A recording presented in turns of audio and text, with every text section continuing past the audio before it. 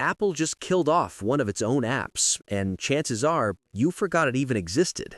After 8 years, Apple has officially discontinued Clips, its video editing app that was supposed to compete with tools like CapCut and Instagram's built-in editors. And the quiet way Apple ended it says a lot about how even big tech companies misjudge what people actually want. Clips launched in 2017 with a clear mission: give iPhone users a fun, lightweight tool to make short videos for social media. At the time, apps like Snapchat and Musical.ly were exploding, and Apple clearly wanted a piece of that creator market. Clips let you stack up to 300 video segments, add emojis, filters, stickers, and even these full-screen title cards called posters. It could even auto-generate subtitles in real time in over 30 languages, something that felt ahead of its time back then. In its first 4 days, it saw up to 1 million downloads. Not bad for a niche app from Apple. But here's the catch. Despite that early spike, Clips never broke into the App Store's top charts. It was usable, it worked well, but it didn't feel necessary. And that's the key word: necessary. Social apps like Instagram, TikTok, and even WhatsApp quickly added built-in editing tools that did exactly what most people needed. Why open a separate Apple app when you could record, trim, add music, and post without leaving the platform? The convenience killed it. This is where things get interesting. Apple rarely launches consumer apps that fail to gain traction, at least not to the point where they get quietly removed. But with Clips, there was no farewell event, no replacement announcement, just a silent note on a support page saying it won't receive updates and new users can't download it anymore. If you've used it before, you can still re-download it through your Apple account, but it's essentially frozen in time. And instead of trying to revive it, Apple redirected users to iMovie, its more traditional editing software. That move alone shows that Apple realized something. The people who wanted quick social edits had already moved to apps like CapCut, and the ones who wanted serious editing weren't touching Clips in the first place. It was stuck in a middle zone with no loyal audience. It's also a reminder of how fast user habits shift. In 2017, having a standalone editing app made sense. Today, editing has become a feature, not a destination.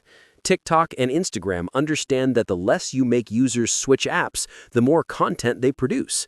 Apple, being a hardware-first company, didn't fully play that social loop game, and Clips became another icon buried in the App Store, forgotten by most. Looking back, Clips wasn't a bad app. In fact, it had features that are now standard everywhere, like auto captions and playful overlays. But features alone don't make a product stick. Behavior does.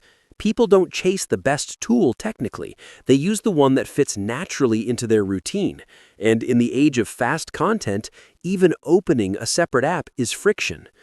There's also something almost poetic about users forgetting an app called Clips in a world obsessed with clips. While CapCut became the unofficial default editor for TikTok creators, and Meta pushed its own editing tools inside Instagram and Facebook, Apple didn't push Clips as part of any ecosystem. There were no deep links, no edit in Clips option from the camera, no shortcuts in messages, nothing that made it feel native despite being an Apple app. So what's the takeaway? Even giants like Apple can launch something with potential and still miss the cultural moment. Clips tried to exist in a world before the creator economy exploded into what it is now, and when that explosion happened, other apps moved faster and adapted better. Apple, true to its style, stepped back instead of competing in a social-first space. Now that it's gone, will anyone actually miss it? Probably not, and that's the real sign of its quiet failure.